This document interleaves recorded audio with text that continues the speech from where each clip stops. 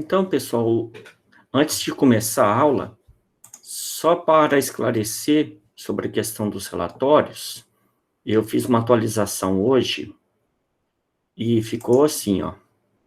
Se vocês olharem, eu tinha deixado aqui um material de apoio, que é o modelo do laudo técnico, né? Que é um relatório mais resumido.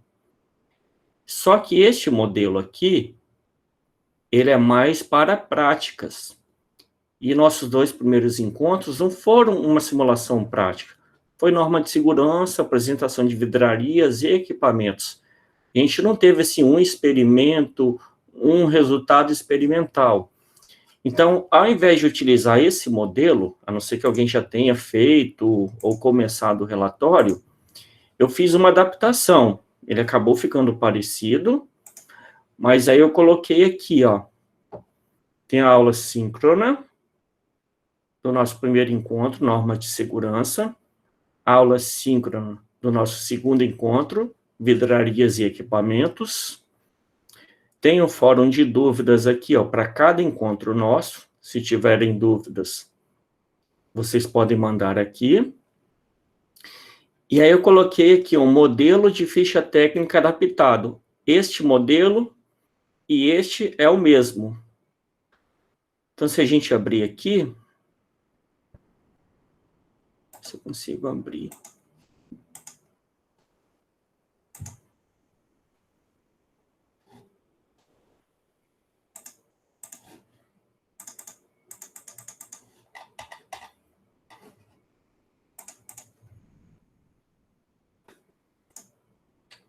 Professor, Oi. o Anderson pediu para avisar que talvez ele não vai conseguir assistir a aula. Tá, tudo bem. Depois eu posto lá. Ok.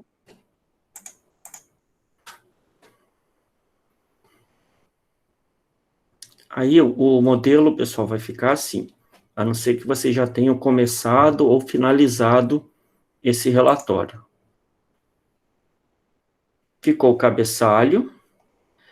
Aí, para não fazer normas de segurança e a parte de vidrarias tudo juntos, porque são assuntos diferentes, eu separei tipo em dois blocos.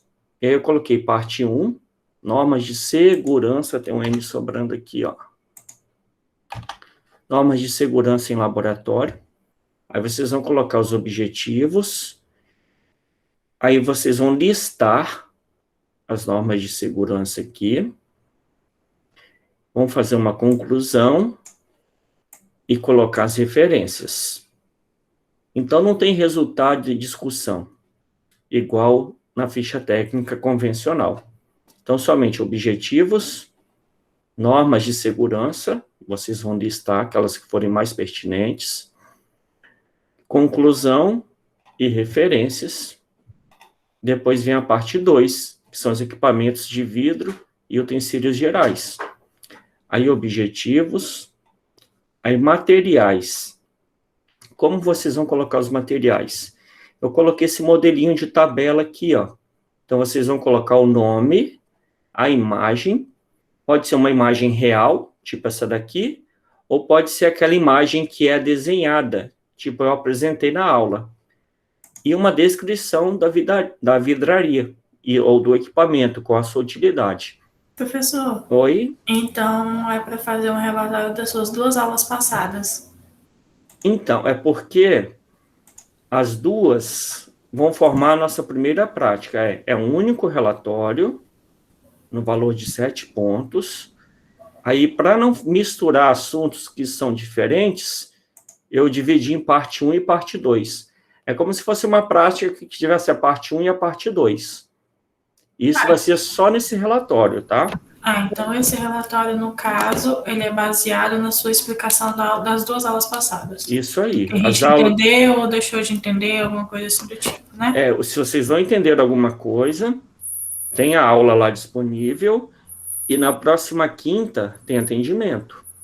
E, professor, para entregar que dia? Então, só terminando essa parte aqui. Aí os materiais, Beck, aí vão botar Erlenmeyer, tubo de ensaio, uma tabelinha para cada vidraria ou equipamento. Depois a conclusão e as referências. E aí, depois que vocês terminarem, observem que eu estou botando tudo bem formatado, tá? Texto justificado, padronizei o tamanho da fonte, tudo Arial 11, só que dentro eu botei Arial 10, para não expandir muito essa tabela. É só seguir essa padronização aqui, ok? Aí vocês vão salvar em PDF, e aí vocês vão me enviar esse PDF. Qual a data que eu coloquei? Eu coloquei para a próxima quinta, dia 22, e aí eu configurei um prazo extra de 3 dias, que vai até domingo. Porque eu sei que no começo é tudo um pouco complicado, um pouco confuso, porque se eu jogar lá para o dia 29, já vai coincidir com a data de outra prática, de outro relatório, e aí as coisas começam a se acumular. Como eu sei que alguns trabalham, talvez tenha alguém que tenha criança em casa, então o prazo oficial é quinta-feira que vem, e extraoficial eu configurei para o sistema aceitar com até 3 dias de atraso, porque a orientação que eu tenho é que não tem atividade nos finais de semana. Então, o prazo é próxima quinta, podendo excepcionalmente ser entregue até domingo. Tá bom esse prazo para vocês?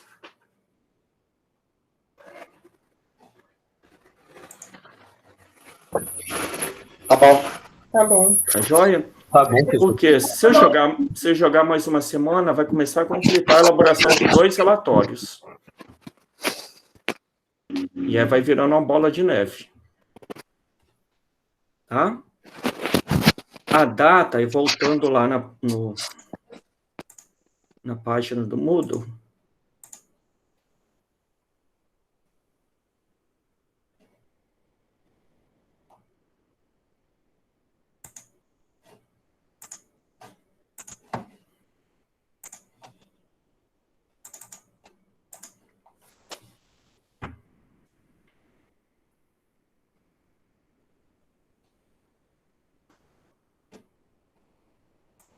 aí eu coloquei aqui, ó. Envio da ficha técnica sobre normas de segurança mais vidrarias e utensílios. Envie sua ficha técnica aqui. Vou botar um zoom aqui. Anexe seu único arquivo PDF e finalize o envio da tarefa. Prazo do envio até 22/7, quinta-feira. Como que vocês vão enviar? É tipo enviar um e-mail com anexo. Vocês vão clicar aqui. Esse símbolozinho, esse logo aqui, é de questionário. Então, vocês vão clicar aqui.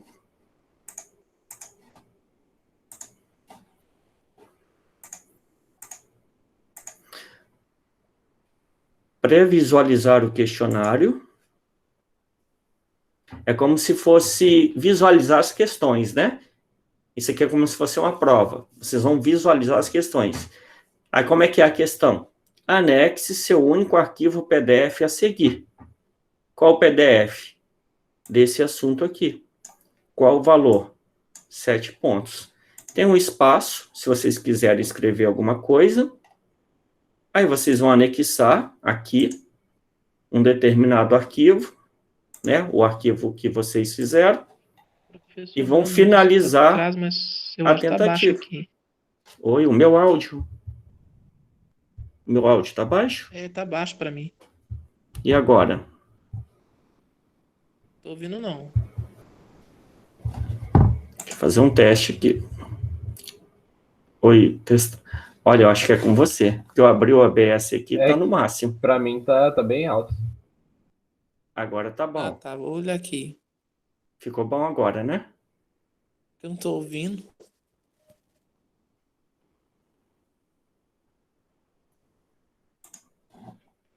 E aí vocês vão finalizar tarefa. Dúvidas até aqui? Não, professor? Não. Tranquilo, né? E aí, pessoal, agora a gente entra em um ciclo quinzenal. Então, hoje tem uma aula, prática 2. Próxima quinta, atendimento. Aula prática, atendimento. Então, sempre um prazo de 14 dias para fazer o relatório. Então, relatório da aula de hoje para daqui 2 quinta-feiras. Aí, daqui 2 quinta-feiras, a gente tem mais uma aula. E na próxima quinta, um atendimento, tá? Aí eu estava pensando, não precisa nem informar, não, se precisa de atendimento. Toda quinta de atendimento, quando der 8h10, eu entro aqui no Meet, esse mesmo link, tá? Se tiver alguém para tirar dúvida, beleza. Se não tiver, eu fico lá. Eu fico trabalhando e deixo o Meet aberto. Se aparecer alguém para tirar dúvida, eu estarei lá. Tá joia? Mas eu vou deixar como um horário de trabalho para mim. Aparecendo alguém para tirar dúvida, fique à vontade. Tá joia? Então não precisa ficar me avisando que, essa é quinta eu preciso tirar dúvida. Tá joia? Eu já vou estar lá automaticamente. Tudo bem?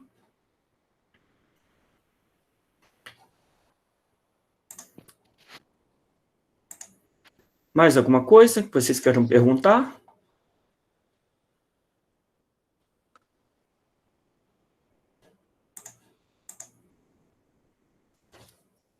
Bom, então vamos começar a prática de hoje. A aula é sobre determinação do teor de etanol na gasolina comum. O que é a gasolina comum? Estou chamando de gasolina comum e não somente de gasolina, porque se eu dissesse só gasolina, eu estaria estaria falando de um combustível que contém 100% de gasolina. Só que no Brasil, a legislação permite um determinado teor de etanol na gasolina. Então, essa gasolina que contém etanol é a gasolina comum. E também existem algumas variações da gasolina, tipo a gasolina premium, a gasolina aditivada, são gasolinas que recebem alguns aditivos, mas elas também contêm etanol. Então, essa análise é da gasolina comum. Qual a regulamentação atual da ANP, Agência Nacional do Petróleo? Que o teor, esse T é de título percentual. Título percentual é a mesma coisa que porcentagem. É de 27% V/V, significa volume por volume. Então, significa que cada 100 ml do combustível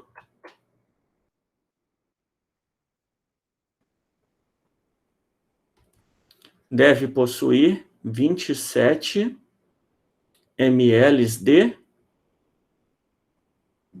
etanol. O restante é gasolina. O que é etanol? É um combustível de fórmula C2H6O, obtido aqui no Brasil a partir da cana-de-açúcar. Obtido a partir de carboidratos. Nos Estados Unidos, a partir do milho, por exemplo. O restante é a gasolina. O que é a gasolina? É um derivado do petróleo.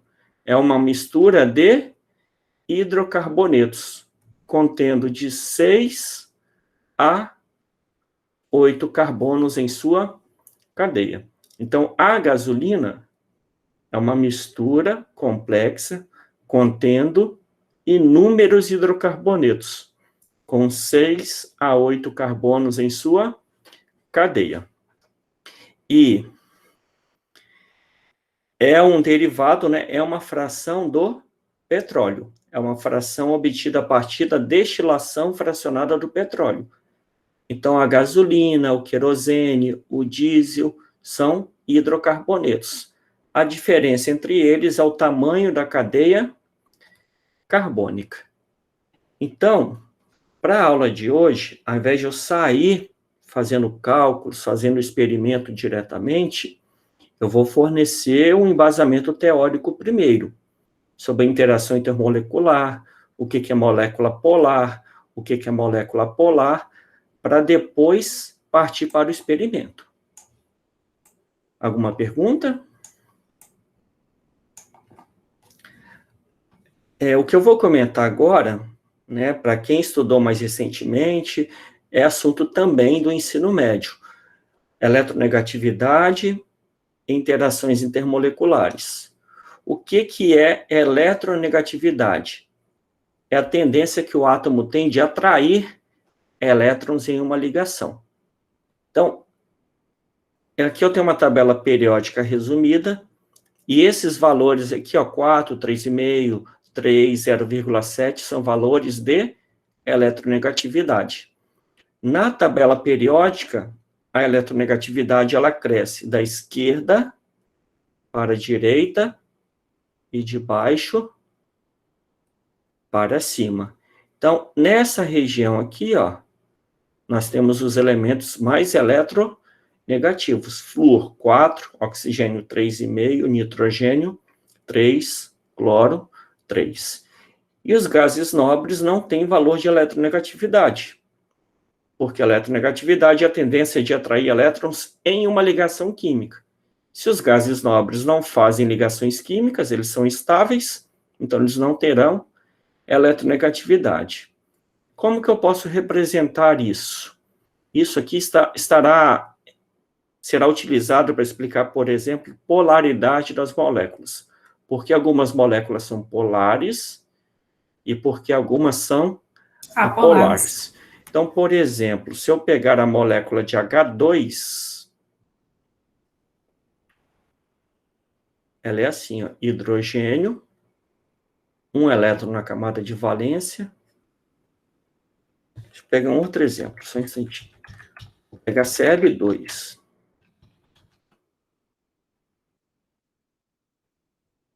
Cloro, que é da família 7A, tem 7 elétrons na camada de valência. 1, 2, 3, 4, 5, 6, 7. E outro cloro, 1, 2, 3, 4, 5, 6, 7. Para atingirem a estabilidade, eles vão fazer uma ligação covalente e os dois vão ficar com 8 elétrons na camada de valência. A eletronegatividade de um é 3,5. Está aqui, ó. Desculpa, 3. E do outro também é 3. Qual a diferença de eletronegatividade? É 0. Se é 0, significa que os dois cloros puxam elétrons para a esquerda e para a direita com a mesma intensidade. Isso faz com que essa nuvem eletrônica aqui, ó, os elétrons, né, que ficam ao redor dessa molécula, sejam simetricamente distribuídas. Se a nuvem é simétrica, ou seja, não tem excesso de nuvem eletrônica, não tem excesso de elétrons para um lado e deficiência para o outro, a molécula é apolar.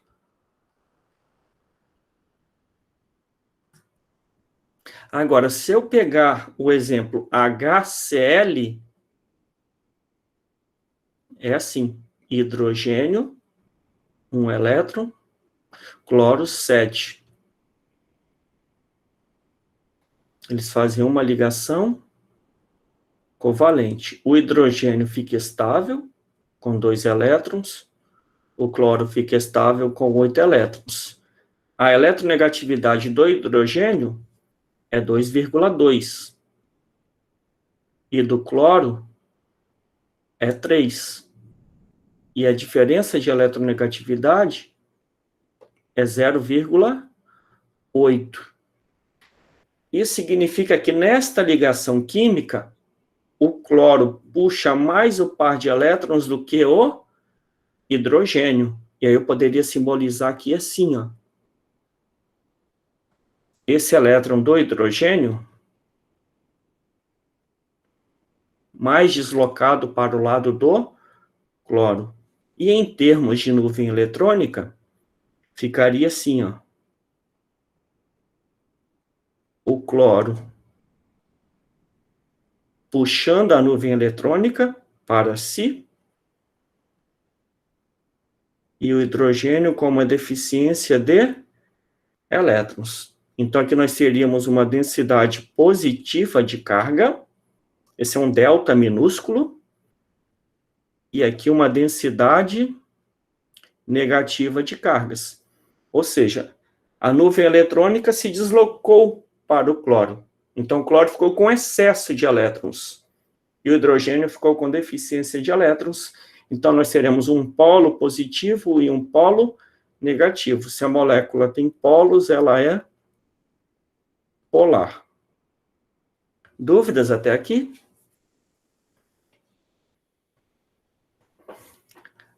Aí, no contexto da mistura de substâncias, e agora eu vou direcionar mais para a prática, eu vou falar da mistura de líquidos, porque o etanol é líquido, a gasolina é líquido, a gente vai colocar uma solução de cloreto de sódio no experimento, que também é líquido. Líquidos de mesma polaridade são miscíveis, formam sistemas homogêneos. Então, polar com polar se misturam, formam um sistema homogêneo.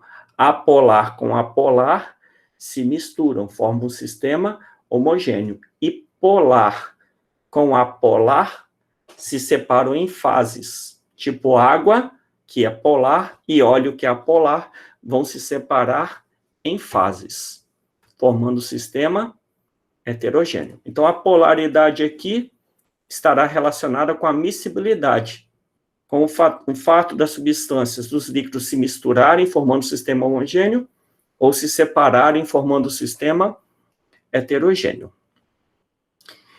E aí existem 3 tipos principais, não são os únicos, mas são os 3 tipos que abrangem quase todas as situações. 3 tipos de interações intermoleculares. Interações entre moléculas. A interação da molécula A com a sua vizinha B. Aí existe a interação do tipo dipolo instantâneo, dipolo induzido, também conhecido como interação de Van der Waals ou de London. Esse nome é muito usado. Interação de Van der Waals. Ou dipolo instantâneo, dipolo induzido. Como que é essa interação? Eu tenho uma molécula apolar e uma outra molécula apolar. Tipo a molécula de hidrogênio aqui. Nuvem de cloro, desculpa. Nuvem eletrônica simetricamente distribuída. Como se fosse aqui uma bola de futebol A, a bola de futebol B. Em um sistema, as partículas estão em contínuo movimento. E movimento caótico. Então, há choque entre as partículas. Então, quando uma molécula se chocar com a outra, o que vai acontecer com a nuvem eletrônica? Vai se deformar. A bola de futebol é esférica. Mas quando eu chuto a bola contra a parede, no momento em que ela está se chocando com a parede, ela se deforma, volta, e depois que ela afasta da parede, ela volta para a configuração original. No momento do choque, a bola deforma. No momento do choque, a superfície da molécula se deforma. E aí forma um dipolo instantâneo. A molécula A se deformou, formou um dipolo. Que dipolo? Instantâneo. Porque em seguida essa molécula A vai voltar com a nuvem eletrônica para a posição original. E aí forma um polo positivo e um polo negativo. E aí essa molécula A induz a molécula vizinha que está perto dela a se induzir. Se nessa deformação o polo negativo ficou à esquerda e o positivo à direita, nessa indução, o negativo, né, esse polo positivo vai atrair a nuvem eletrônica para cá. Então, aqui vai ficar negativo, aqui deficiência de elétrons vai ficar positivo. O que acontece? Neste momento, uma interação aqui, ó, entre as moléculas. Interação não é ligação química, é uma atração entre as moléculas. Em seguida, elas vão voltar para a sua configuração original, a interação acaba. Só que elas vão se chocando de novo, se choca, deforma, volta, deforma, volta. E aí esses dipolos ficam formando e desformando, formando e desformando. Então, não é um dipolo permanente, um dipolo instantâneo, um dipolo induzido. Acontece uma interação, interação se cessa. Aí depois acontece aqui do lado, se cessa. Acontece aqui embaixo, se cessa. Por este motivo, é o tipo de interação intermolecular mais fraco que existe.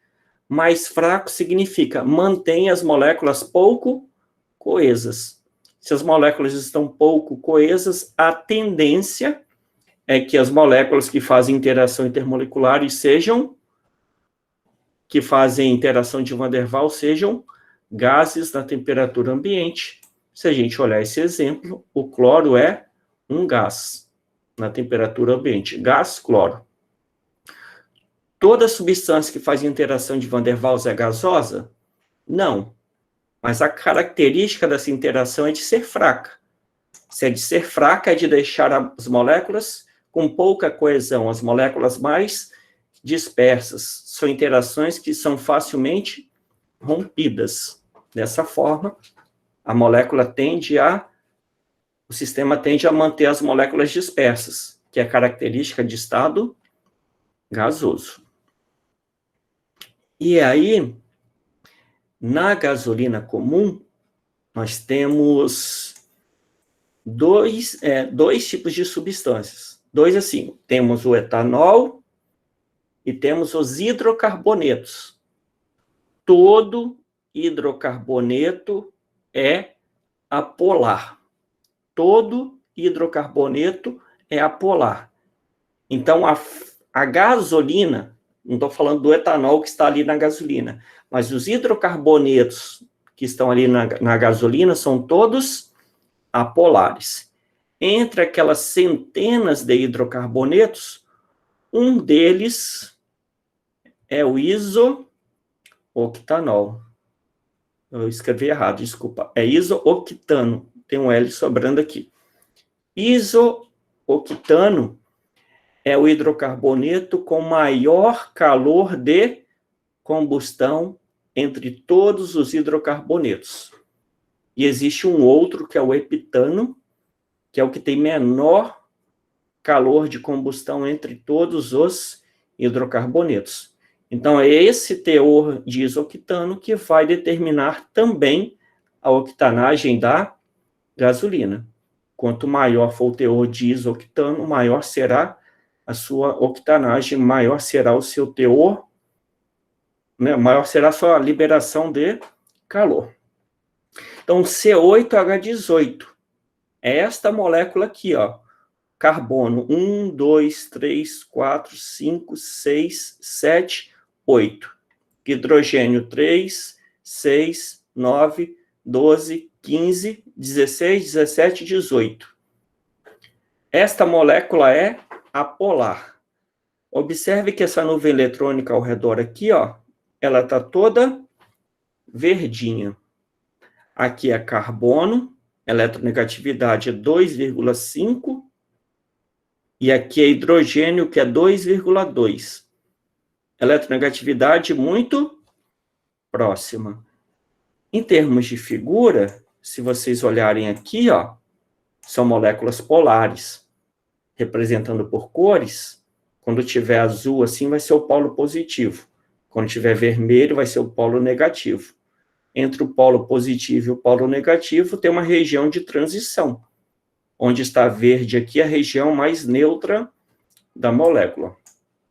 Então, pelo esquema de cores, se vocês olharem aqui, essas moléculas são apolares.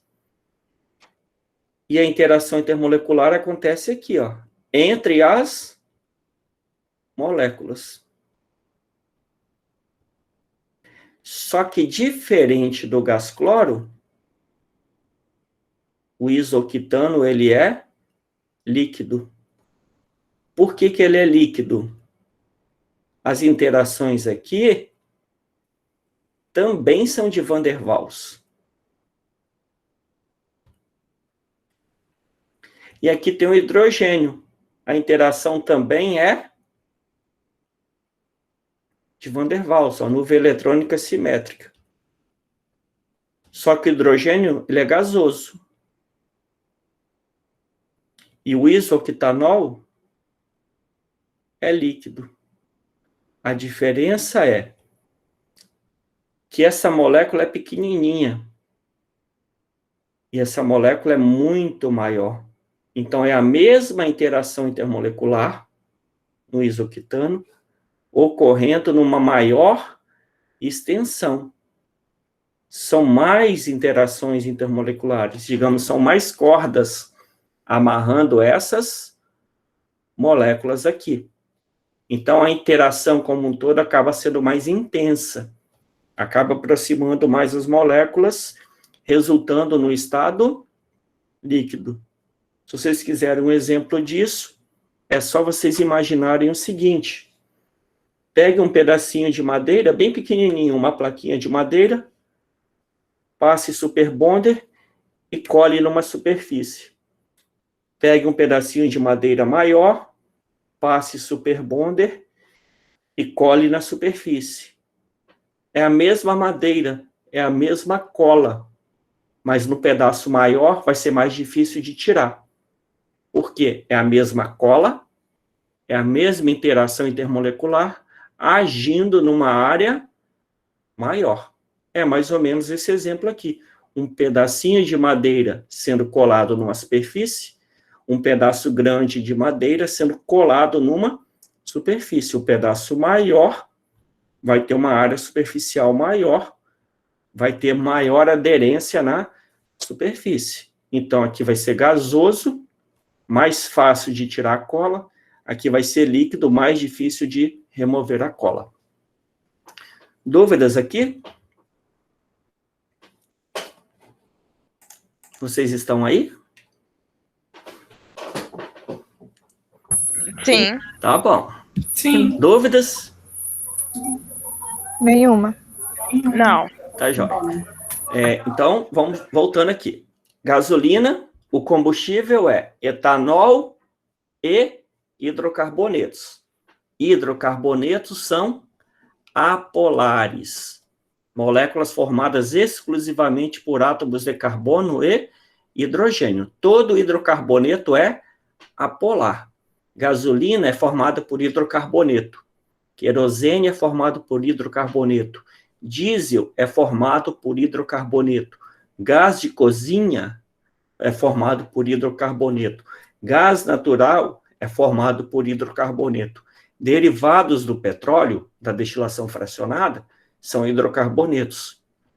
São apolares. Se eu misturar gasolina com querosene, eles serão miscíveis, vão formar sistemas homogêneos. Existe um outro tipo de interação intermolecular, essa não estará presente no experimento, que é a dipolo permanente, anterior é instantâneo, aqui é permanente. Quando que é permanente?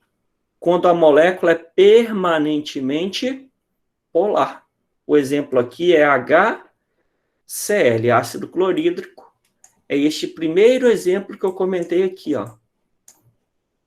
Assimetria de cargas. Nuvem eletrônica deslocado para o cloro. Quando eu faço assim, eu estou indo com a mão para o lado do cloro? O cloro está para lá? Desculpa. A câmera é invertida. E o Meet não corrige isso. Tá? Bom saber. Não estou explicando errado, tá? A câmera aqui é invertida. Então, HCl. Esse dipolo é permanente. A molécula é polar. Polar o tempo todo. Então, quando eu tenho várias moléculas em um sistema, o polo negativo de uma tende a se alinhar com o polo positivo da outra. Tende por quê? Porque isso tudo é dinâmico. Essas moléculas estão se movimentando, estão girando, estão transladando para um lado e para o outro, só que elas sempre vão tentar fazer com que o polo positivo fique virado para o polo negativo da molécula vizinha, formando uma interação intermolecular que é permanente, ok? Se a interação é permanente, não é instantânea, esse tipo de interação é mais forte do que a de Van der Waals. Então, é do tipo dipolo permanente, porque eu falo a palavra duas vezes, porque eu estou falando das duas moléculas. Ou somente dipolo, mais simplificadamente. Então, a interação de Van der Waals é em moléculas apolares, a dipolo-dipolo em moléculas polares. Aqui, ó, o polo positivo de uma molécula interagindo com o polo negativo da vizinha.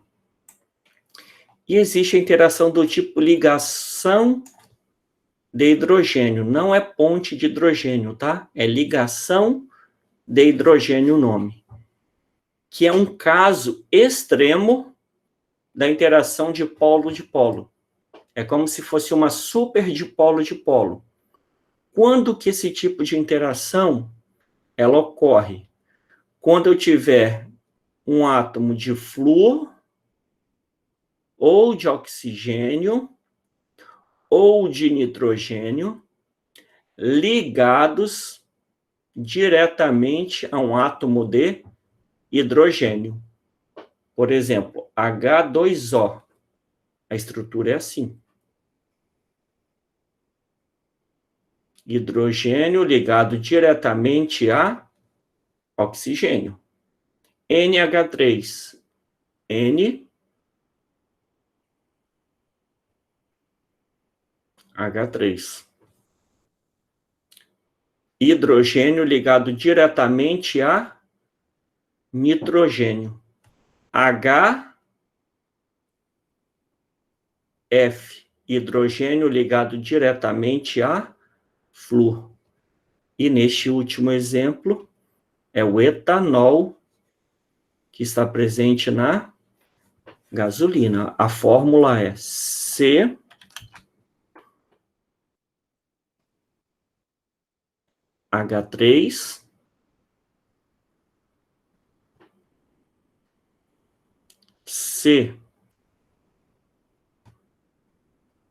CH2O H, hidrogênio ligado diretamente a oxigênio. Agora, observem o seguinte, esse tipo de interação é a mais intensa de todas. E ela ocorre assim, ó. Eu tenho aqui molécula de água, H2O, ou H2O. Aqui é ligação covalente, ó. Hidrogênio ligado a oxigênio, ligação química mesmo. Aqui é ligação química. Aí a ligação de hidrogênio, ela acontece aqui, ó. Eu tenho um hidrogênio entre dois átomos de oxigênio. De um lado é ligação química, do outro é interação intermolecular. Então aqui, ó, hidrogênio entre dois oxigênios. Aqui é ligação química. Aqui é interação. Hidrogênio entre dois oxigênios. Aqui é ligação. Aqui é interação. Hidrogênio entre dois oxigênios. Aqui é ligação. Aqui é interação. Dúvidas?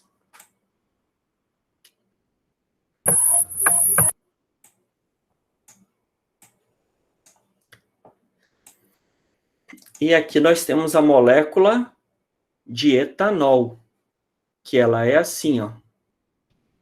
CH3, CH2, O,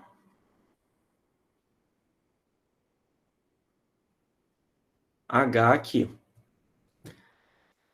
Olha só, CH3, carbono e hidrogênio, CH2. O que isso aqui está parecendo?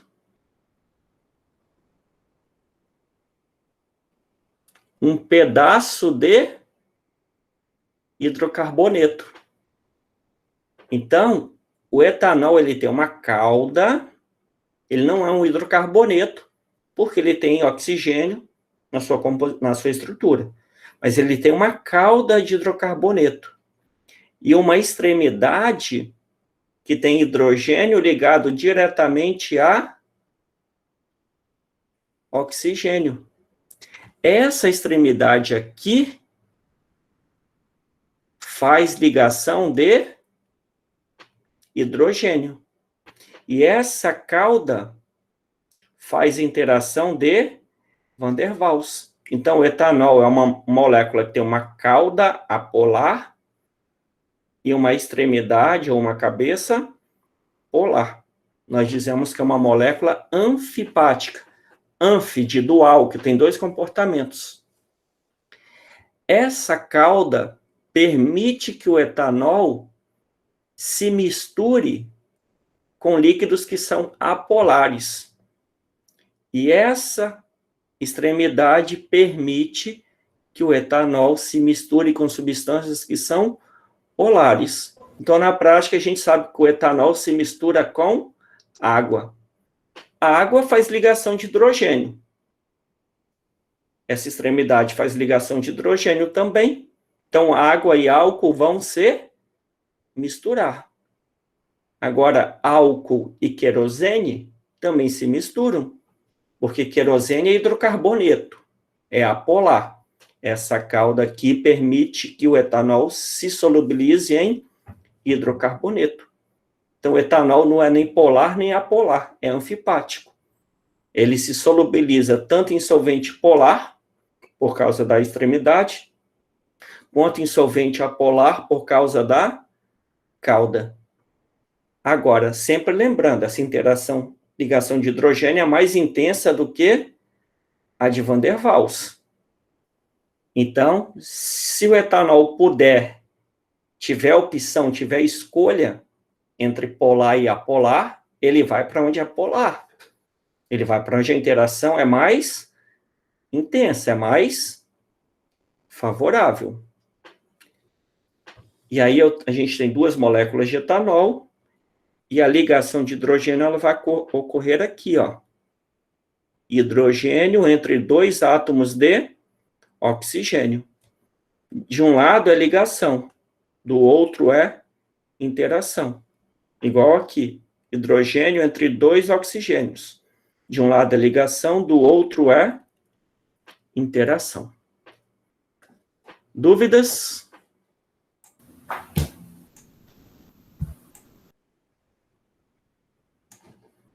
Vou começar a parte experimental agora, hein? Então, vamos lá. Simulação da parte experimental. A parte experimental é aqui, experimento 1, teor de etanol na gasolina. Eu vou repetir 3 vezes, né? Eu vou explicar uma vez só, mas a gente vai fazer 3 repetições para simular 3 experimentos. Só que antes de fazer o experimento, eu vou mostrar um negocinho aqui que acontece de verdade, que é o seguinte. Tenho esses 3 becquerels aqui. No primeiro, eu vou colocar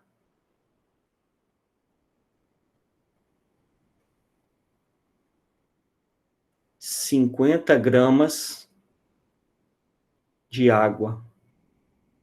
No segundo,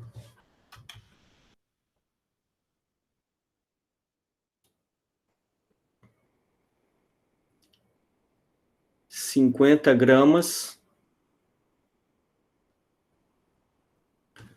de etanol. E aí eu vou misturar. Eu vou pegar essa água e vou jogar no etanol. Ou vou pegar o etanol e vou jogar na água. E aí eu vou obter uma mistura, eu vou obter uma solução. Por quê? A água faz ligação de hidrogênio. E a cauda aqui do etanol, ó,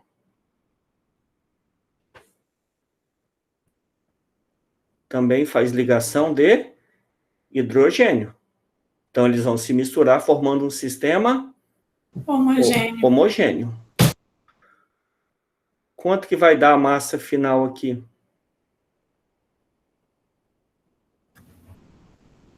Uma dúvida, professor, não seria...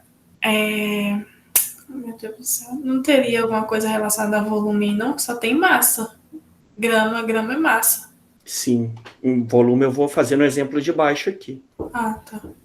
Né? Apesar de ser graduado aqui, eu coloquei o becker na balança, estou medindo massa, tá?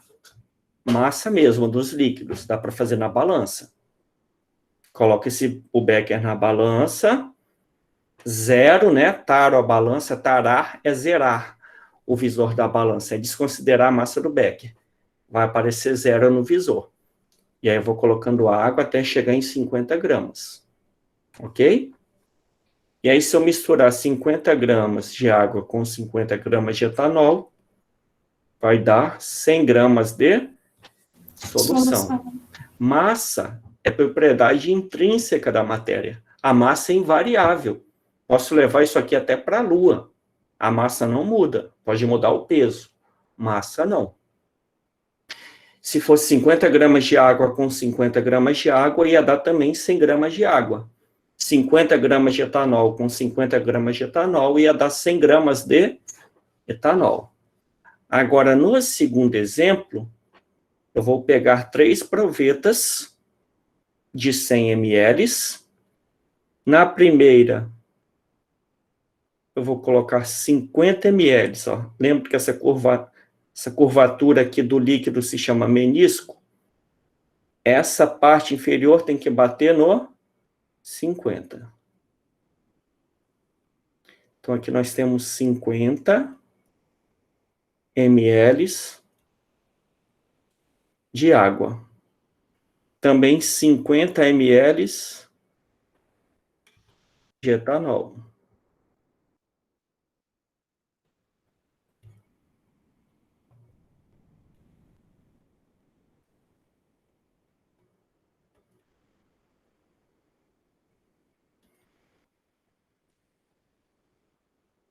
Aí eu vou pegar esta água e vou virar no etanol.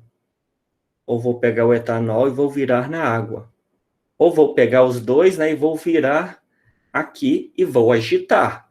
Né, porque eu tenho que garantir que os dois vão se misturar, formando uma mistura homogênea. Porque se eu só colocar os dois em contato e não agitar um pouco, posso agitar com bastão, por exemplo, para eles se misturarem, tem que formar uma mistura homogênea. Então, aqui nós teremos uma mistura homogênea. Uma solução. Solução é uma mistura homogênea. Qual é o volume que vai dar aqui?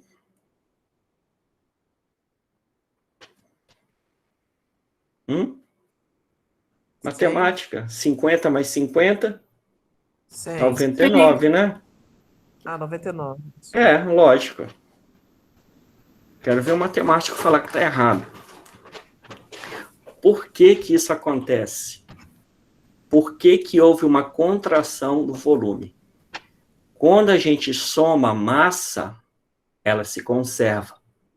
Massa é propriedade intrínseca da matéria. O volume não é propriedade intrínseca da matéria. O volume é variável. Essa mesma massa de água, se aquecida, se dilata. Se resfriada, se contrai. Se muda de estado físico, de líquido para gasoso, muda muito de volume, mas nunca muda de massa. Então, volume não é propriedade intrínseca da matéria. O volume é variável. Por que que isso acontece? A água faz ligação de hidrogênio. O etanol também faz ligação de hidrogênio.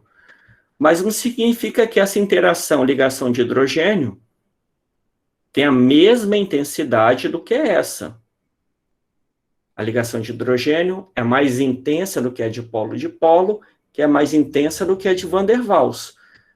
Mas não significa que as duas substâncias, por fazerem ligação de hidrogênio, elas terão a mesma intensidade de interação. Essa é intensa, essa pode ser um pouquinho mais intensa, ou um pouquinho menos intensa. As duas interações são intensas, E, professor, mas não iguais. Oi? Pode falar. a ligação de Van der Waals, ela está associada... Interação. Oi?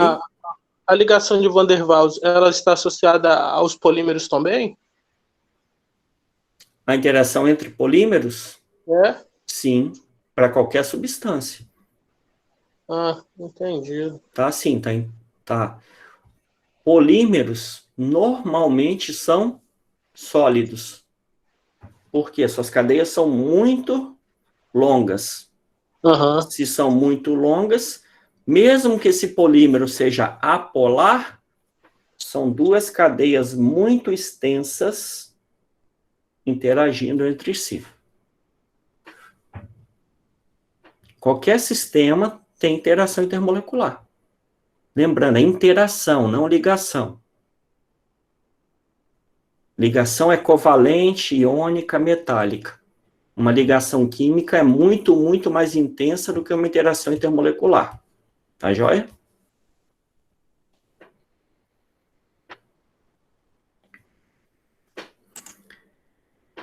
Por que que isso acontece? Quando eu misturo 50 ml do líquido A com 50 ml do líquido B, pode dar 100 ml, pode dar menos do que 100, ou pode dar mais do que 100. Dificilmente vai dar 100. Porque aqui eu tenho ligação de hidrogênio, de molécula de água com molécula de água. Aqui eu tenho ligação de hidrogênio de molécula de etanol com molécula de etanol. As duas são intensas, mas não igualmente intensas. Quando chega aqui, eu tenho uma mistura. Continua existindo interação água com água? Continua. Continua tendo interação etanol com etanol? Continua. Mas surgiu uma nova interação que não existia, nem aqui, nem aqui. Que é da água com o etanol. Essa aqui é nova. Essa não existia quando os líquidos estavam separados. E aí essa interação, as três são ligação de hidrogênio, mas essa terceira, ela é mais intensa do que a segunda ainda, e ela é mais intensa do que a primeira. Mesmo as três sendo intensas, muito intensas, essa terceira é mais intensa do que a primeira e do que a segunda. Se é mais intensa, o que que vai fazer com as partículas? Aumentar a coesão, aproximar as partículas, resultando numa contração de volume. Então, o volume esperado, né, o volume lógico, né, pela lógica matemática, seria 100 ml. Deu 99. Deu 1 ml a menos em 100. Deu 1% a menos. E a gente vai ter que usar isso para corrigir a equação depois. Quando a gente fizer uma regra de 3, a gente vai achar um valor. Se eu encontrar que o teor de etanol é 26% na gasolina, eu vou ter que somar mais 1. Vai ser 27%. Para corrigir essa contração aqui. Pode falar. E como a gente sabe quando vai dar menos que 100 e quando vai dar mais que 100? A gente não sabe, tem que testar. É porque, assim, isso aqui eu já fiz, eu já sei que dá, tá? Sim. Pensei que teria um cálculo exclusivo para isso. Não tem cálculo, é experimental mesmo, tá? Mas não pense que misturar dois líquidos... Para isso acontecer, essa mistura tem que ficar homogênea, né? Porque se elas se separarem em fase, só ficou um líquido embaixo e outro em cima. Não surgiu interação nova. Aí não vai mudar mesmo o volume, né? 50 mais 50 vai dar 100. Os dois líquidos não ficaram miscíveis, né? Estou falando de dois líquidos que são miscíveis, que formam um sistema homogêneo. Quando forma um sistema homogêneo, vai surgir uma interação nova. E aí, quando surge uma interação nova, se essa nova interação for de mesma intensidade, for igualzinha às outras duas, o volume se conserva. Se essa interação for mais intensa do que as anteriores, o sistema vai se contrair. Interação intensa tende a aproximar as moléculas. E se essa nova interação for um pouquinho mais fraca do que as anteriores, o sistema vai se dilatar. Mas dificilmente dois líquidos, quando misturados, vão resultar, né, 50 mais 50, dificilmente vai dar 100. Vai dar menos. O resultado dessa interação mais forte é que há liberação de calor. Então, se a gente misturar água com etanol, o sistema vai aquecer um pouquinho. Porque essas interações que estão sendo formadas aqui vão liberar calor. A gente percebe isso também. Então, um parâmetro também, né? Não vou dizer que é certeiro, mas se você mistura dois líquidos e essa mistura aumentar de temperatura, é porque as interações estão ficando mais intensas. O volume vai contrair.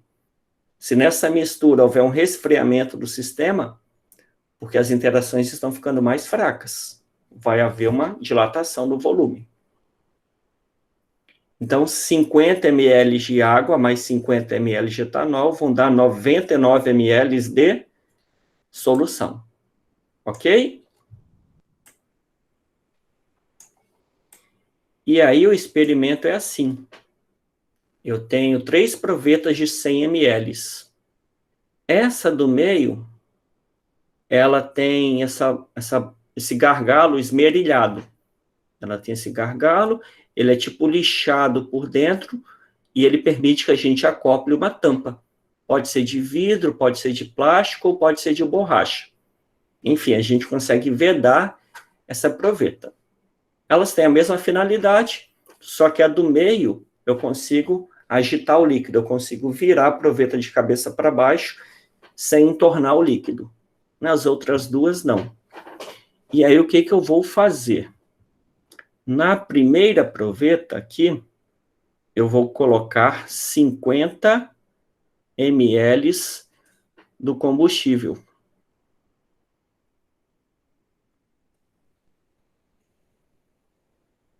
E aí eu não vou falar gasolina, eu vou falar combustível porque é o hidrocarboneto mais o etanol.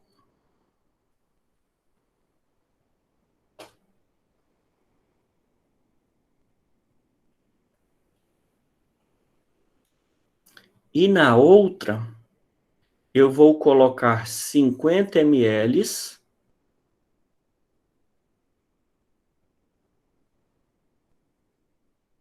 de água mais sal, no teor de 10%. Se fosse só água, daria certo.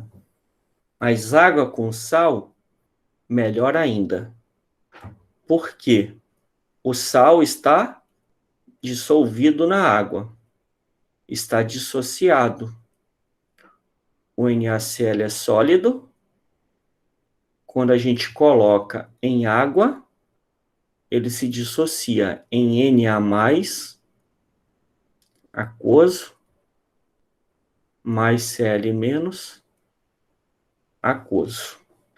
Então, voltando um pouquinho aqui, na água, nós temos interação do tipo ligação de hidrogênio. Polo negativo da água, polo positivo da água. E eu ainda estou colocando nessa água Na+,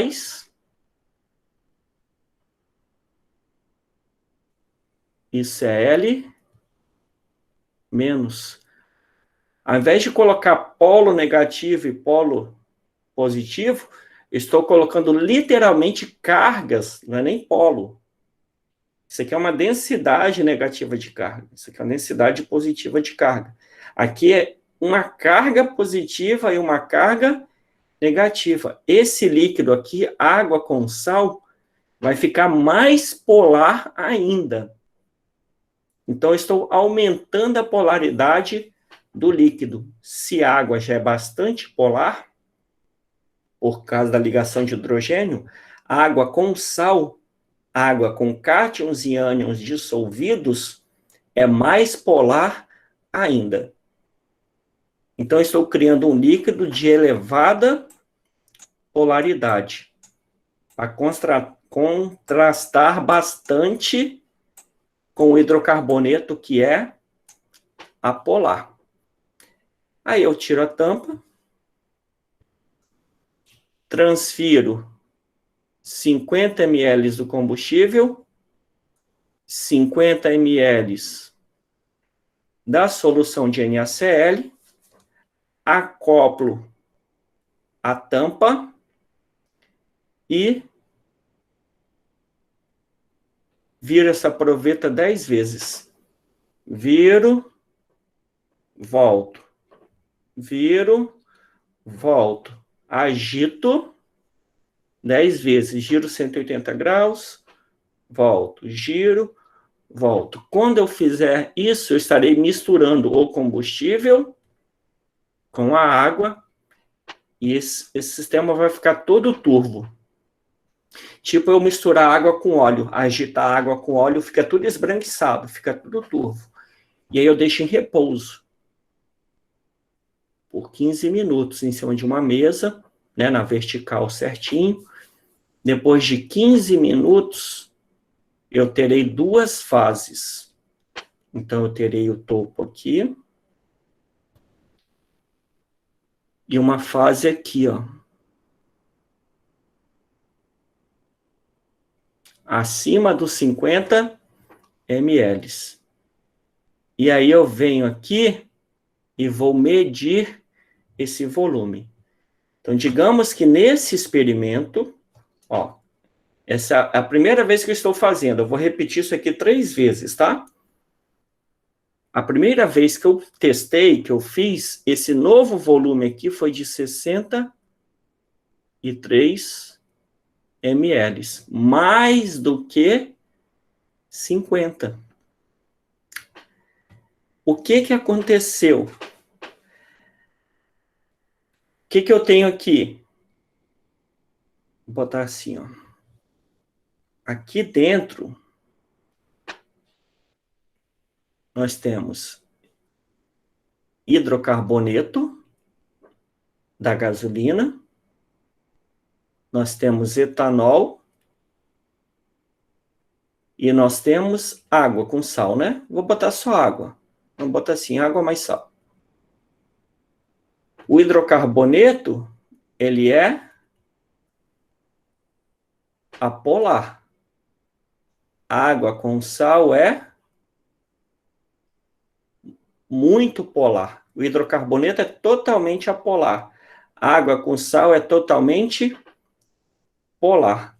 Etanol é anfipático. Etanol é polar e apolar. Para onde que o etanol vai preferir ir? Para o lado da gasolina, onde a interação é fraca, ou para o lado da água com sal, onde a interação é forte? Para o lado da água com sal. Então, esses dois líquidos vão se misturar. Então, aqui nós temos água mais sal mais etanol. E em cima, o hidrocarboneto. A fase de cima vai ficar uma fase acastanhada, da cor da gasolina mesmo, do combustível, e a parte de baixo vai ficar incolor. O etanol que estava solubilizado no combustível migrou para a fase aquosa. E quando etanol e água se misturam, o que acontece? Uma contração de volume. Então, o que eu estou medindo aqui nesses 63 ml? Eu já estou medindo um volume contraído, certo? Já tem um erro ali. Porque um erro assim, uma contração de volume, né? Quando o etanol migrou do combustível para a água, essa mistura resultou também numa contração de volume. Então, esses 63 ml já é a contração de volume. Já inclui a contração do volume. Quantos ml tinha de água? 50. E a fase aquosa passou de 50 para 63 ml. Quantos ml eu tenho de etanol aqui? 13 ml. Então, nesses 50 ml aqui,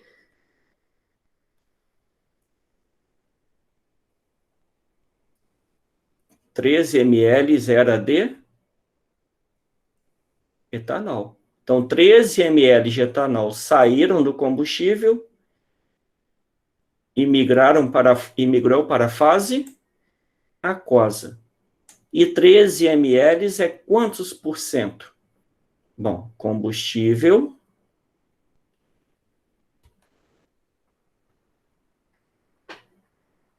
etanol. 50 ml do combustível é 100%. Então, 13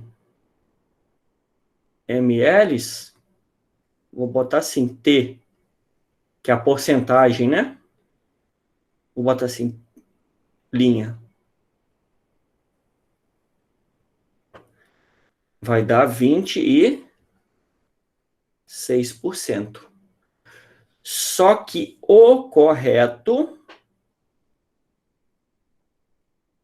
Agora eu vou tirar esse linha, né? Seria tipo um aparente. Vai ser 27%. Daqui para cá, eu tenho que somar 1%. Porque esse 1% é justamente essa contração de volume aqui. Eu registrei um aumento de 13 ml. Mas eu sei que tem uma contração de volume aqui. Para corrigir essa contração, eu preciso somar 1%. Então, este combustível está de acordo com a Agência Nacional do Petróleo. Tem um teor de 27%. Está dentro deste parâmetro, né? Teor de etanol. Dúvidas?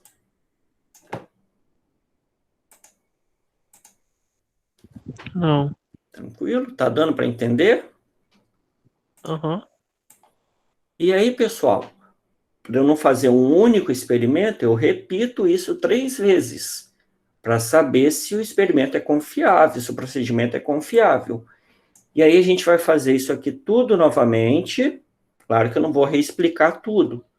A gente vai fazer o mesmo procedimento. E aí, nesse novo resultado aqui, nesse novo teste,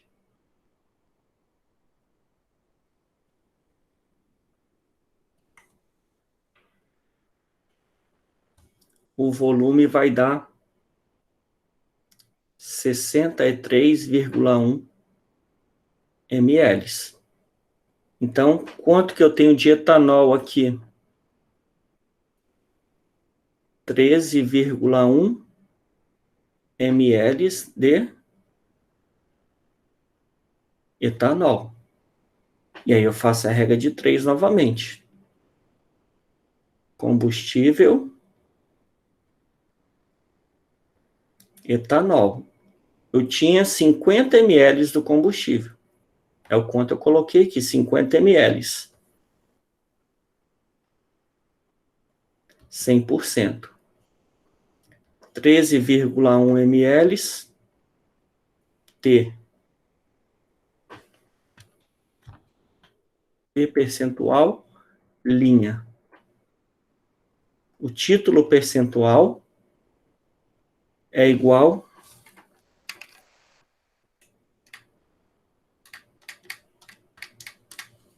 a 26,2%.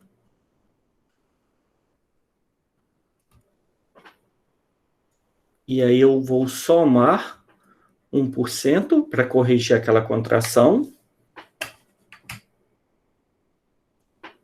E aí o título percentual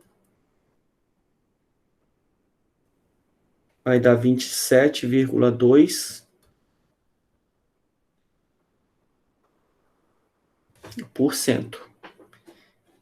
E aí eu repito o experimento novamente. E aí, novamente, deu 63 ml.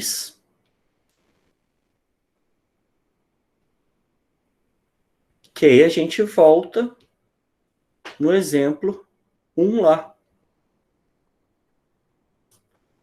O título percentual vai ser de 27%. Então, eu fiz o procedimento 3 vezes e obtive 27,2, né? E 27%. E aí eu completo essa tabela aqui. Na primeira repetição, a porcentagem de etanol volume por volume deu 27. No segundo, 27,2%. E no terceiro, 27%. Observem que a proveta, ela só tem uma casa decimal após a vírgula. Ela mede volumes assim. 1 é 50, 50,1, 50,2. Então, eu estou colocando uma casa aqui. Se eu fizer a média aqui, vai dar 27,06. Arredondando, vai dar 27,1.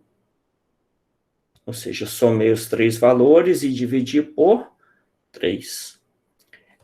SD, eu vou preencher aqui, mas eu vou fazer no Excel, eu paro essa apresentação e jogo a tela do Excel, tá joia? SD é o desvio padrão da média. Vai dar 0,1%. Isso significa que o teor de etanol, ele é de 27,1 menos 0,1 até 27,1 mais 0,1. Então, eu tenho esse valor aqui, ó. 27,1. Aí, se eu pegar o limite inferior, menos 0,1, vai dar 27%.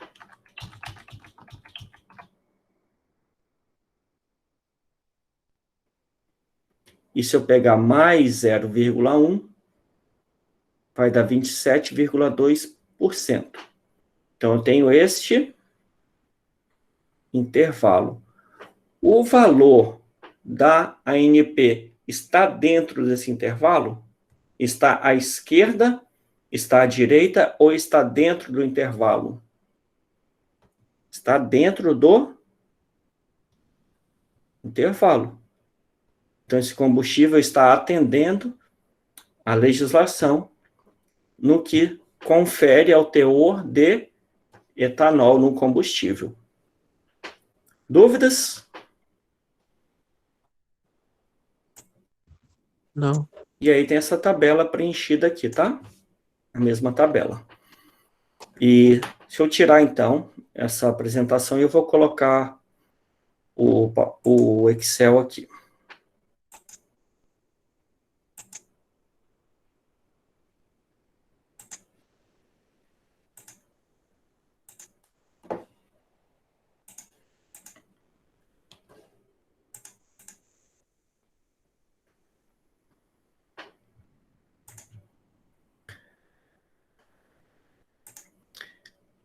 Então, é assim, pessoal.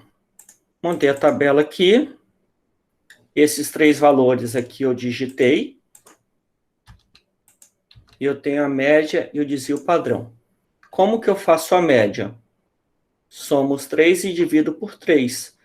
Mas eu poderia ter uma coluna enorme aqui, com 50 dados para fazer média. Então, eu marco essas 3 células aqui. Desculpa. Eu marco aqui, ó, média. Venho aqui na função média. Ok. A média de quê? Desses 3 valores aqui, ó. De B2 até B4. Ó, B2 até B4. E dou ok. Deu 27, né? Se eu colocar mais casas decimais aqui, ó. Mas aí eu vou arredondar para uma casa decimal. E como é que eu calculo o desvio padrão? Marco essa célula aqui. Venho f de x. Já está aqui porque eu usei todos. Ou porque eu usei hoje. Mas você pode marcar aqui, ó, tudo. Todas as fórmulas. Aí vem aqui nesse desvio padrão. Aqui, ó, desvio padrão. De quais valores? Desse, desse e desse. Ok, deu 0,12. 0,115470, que se eu for arredondar para uma casa decimal, vai dar 0,1. Então, aqui o limite inferior é 27 e o superior 27,2. O intervalo contém o valor 27, que é o regulamentado pela ANP. Dúvidas? Esse desvio padrão dá para calcular manualmente também. A gente não vai entrar nesses detalhes de estatística, não. Vocês devem ver isso em metrologia também. Pode utilizar o Excel ou a calculadora científica. Se vocês quiserem aprender a fazer na calculadora, também não é difícil. Só procurar um vídeo no YouTube com 3 minutos, dá para aprender, tá? Um videozinho aí de uns 3 minutos já é o suficiente para explicar. Esse experimento, se vocês quiserem ver, vocês podem pedir num posto de combustível. É direito do consumidor exigir esse teste. Chama-se teste da proveta.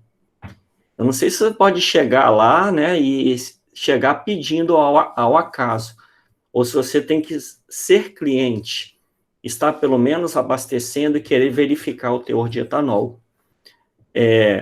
Mas o posto é obrigado a fazer e os funcionários devem estar treinados para fazerem esse teste. Então, se vocês chegarem no posto de combustível, é direito do consumidor fazer esse teste. Se eles se recusarem, ou pode ter algo errado, ou pode ser também que os funcionários não estão devidamente orientados. Talvez teve uma troca de funcionário, o funcionário não está por dentro daquilo, não deve ser comum o consumidor pedir. Quando tem uma fiscalização, é o próprio fiscal que faz o ensaio, não é o funcionário.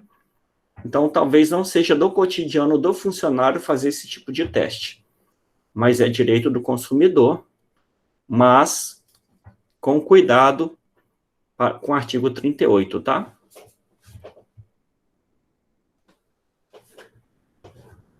Entenderam, né? Entendi. Sim. Pode fazer em casa. Eu faço essa prática com meus alunos, né? Eu tenho aquela bombona própria para combustível, que eles só vendem naquela. E das vezes que eu fiz, eu peguei até em postos diferentes, deu 27%. Às vezes dá um pouquinho diferente, mas assim, são alunos também fazendo, eles estão aprendendo, mas quando a gente pega a média de todos os grupos assim, dá 27%. Às vezes um ou outro grupo destoa mais do resultado, mas a maioria bate bem pertinho de 27 mesmo. E para vocês verem como é que é, vou tentar projetar um vídeo aqui.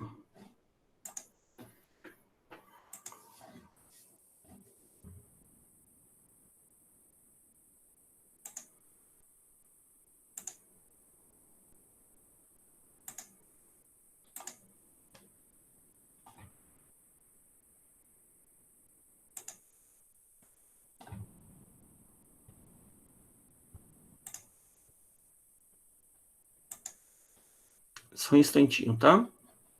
Não está indo.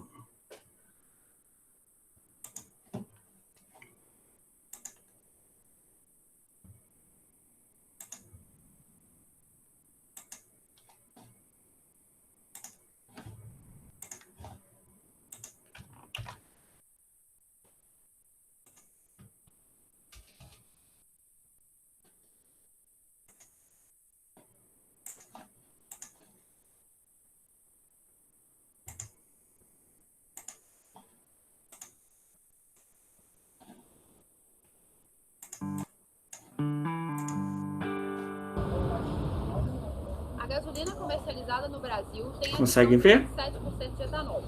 Para verificar a quantidade de etanol na gasolina, Sim. basta fazer o teste de proveta. Em uma proveta de 100 ml,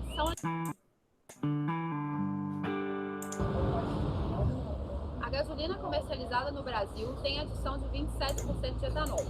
Para verificar a quantidade de etanol na gasolina, basta fazer o teste de proveta. Em uma proveta de 100 ml, são adicionados 50 ml de gasolina. Em seguida, são adicionados 50 ml de uma solução de água com sal de cozinha. A proveta é invertida 10 vezes. O etanol que estava na gasolina é transferido para a água. Após um repouso de 15 minutos, basta ler o volume acima de 50 ml na proveta, ou seja, 3 ml nesse caso. O percentual é calculado da seguinte forma: o valor lido na proveta, ou seja, 3 ml, vezes 2 mais 1, 27% de etanol. O posto é obrigado a ter todos os equipamentos para a realização desse teste e realizá-lo sempre que solicitado pelo consumidor.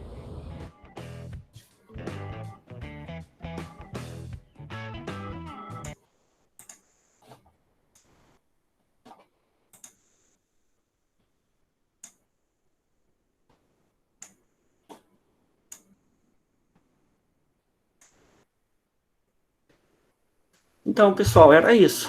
Aula de hoje, determinação do teor de etanol na gasolina. Espero que vocês tenham conseguido acompanhar, né? Eu sei que não foi uma aula experimental de verdade, mas foi o melhor que eu consegui fazer através de simulação. Eu não divulguei todas as práticas ainda, porque eu não tenho todas. Eu estou pesquisando, né, aquelas que eu consiga simular sem que seja tão abstrato, que vocês possam minimamente entender. Na próxima aula, daqui 2 semanas, provavelmente será sobre densidade, tá? Determinação de densidade de metais. E talvez soluções. Pode falar. O senhor disponibilizará essa aula logo após do término da aula aqui? Sim. Não vou te prometer agora, porque eu tenho que receber o link dessa aula, porque ela vai para o Drive automático, eu recebo o link no e-mail. Esse link, normalmente chega em 5 minutos, às vezes chega em 2 dias. A primeira aula que nós tivemos, eu cheguei a botar lá dentro do Moodle que teve um problema técnico e a aula não foi gravada. Depois de 2 dias eu recebi o link. Então, assim, não depende muito de mim. Eu recebendo o link, eu já coloco. Normalmente é rápido. Só que daqui eu vou botar no YouTube ainda, do YouTube e jogar lá no Moodle. Mas eu vou tentar fazer isso agora. Então eu vou ter acesso do YouTube lá pela plataforma, né? Isso. Eu não forneço o link do Drive, não, porque ele não flui, o vídeo não flui muito bem igual no YouTube, não. Então eu faço o download do vídeo, jogo no YouTube, de modo não listado, porque quando tem aluno eu não deixo público o vídeo. E aí o link, né, eu coloco lá dentro do livro. Sim. Lá no Moodle. Tá joia? Obrigado, professor. Por nada. Mais alguma coisa?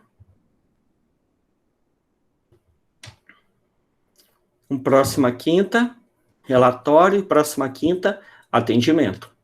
Tá joia? Beleza. Tá joia, professor. Então, bom descanso.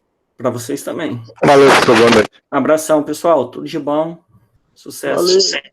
Valeu. Boa noite, pessoal. Bom final de semana. Passadas, né? Boa noite. Como? O relatório das 2 aulas passadas e esse relatório dessa aula de hoje vai ser para daqui a 15 dias. Isso aí.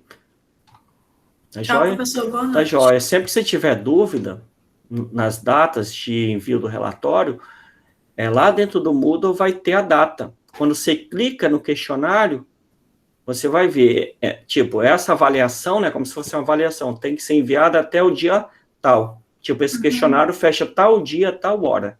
Sempre vai estar lá. Ok, obrigada. Mas sempre vai fechar na quinta. Aham. Tá? Agora a Boa gente entra nesse ciclo. Ok. Boa noite. Prática, professor. atendimento, prática, atendimento. Boa noite.